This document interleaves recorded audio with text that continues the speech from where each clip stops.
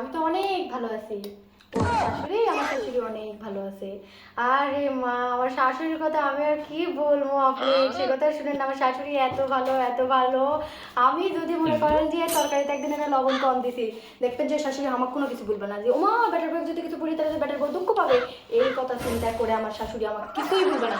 কিন্তু দেখবেন যে সেই কথা যা বলবে যে পাড়ার চাষি, পাড়ার দাদি, এমনকি আমার ননদ, মানে পাড়ার প্রতিবেশী, মানে সম্পর্ক, মানে দুঃসম্পর্কের একজন ননদ তার জামাইয়ের কাছে যা বলবে বুঝাইছে আমার বলবে না। তার কারণ মানে বেটার বউ যদি কষ্ট পায়, মনে তো কষ্ট পাবে বেটার বউ কিছু বললে, তরকারি খারাপ আছে, এটা আমার বলবে না, কিন্তু গোটা রাষ্ট্র দেখবেন যে জানা যাবে।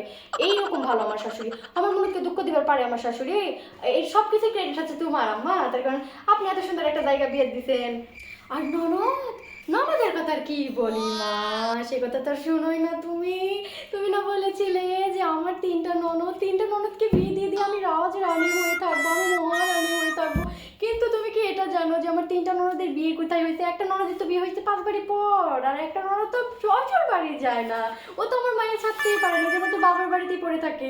আর শুধু সে ননদ তো না মা, ননদের 2টা বাচ্চা আছে। আমার ননদ চাকরিতে চলে যায়, আমি সব 2টা বাচ্চা কাছে সারাদিন আমি দেখাশোনা করি, আমি পালি। আর একটা ভালো খবর শোনো, মানে আমি আমার বাচ্চা হওয়ার আগে আমি বাচ্চা পালার ট্রেনিং দিয়ে নিই। তাহলে বুঝো মা যে আমি কত ভালো আছি। আমি বিয়ের আগে, মানে আমার বাচ্চা হওয়ার আগে আমি বাচ্চা পেলে মানে ট্রেনিং দিচ্ছি। উড়ি আল্লাহ, সব কিছু ক্রেডিট তোমার মা। তুমি আছো বলেই মানে আমি এত সুন্দর একটা ফ্যামিলি পেয়েছি।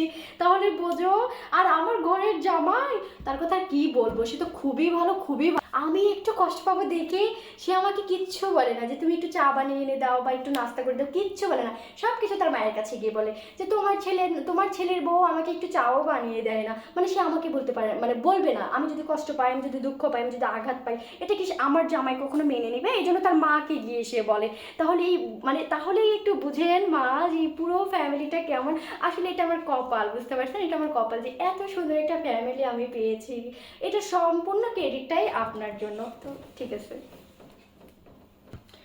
আর শুধু তো ননদ না, আমার তো একটা দেবরও আছে। এই কথা তো আপনি ভুলেই গিয়েছিলেন আম্মা। আমার যে দেবর আছে ও তো আমাকে কিচ্ছু বলে না যে ভাবি আমার যে চা লাগবে, আমার নাস্তা লাগবে, এগুলো আমাকে কিচ্ছুই বলে না। ওর বোনকে গিয়ে বলে যে আপু ভাবিকে একটু বলো আমাকে একটু চা বানিয়ে দিতে।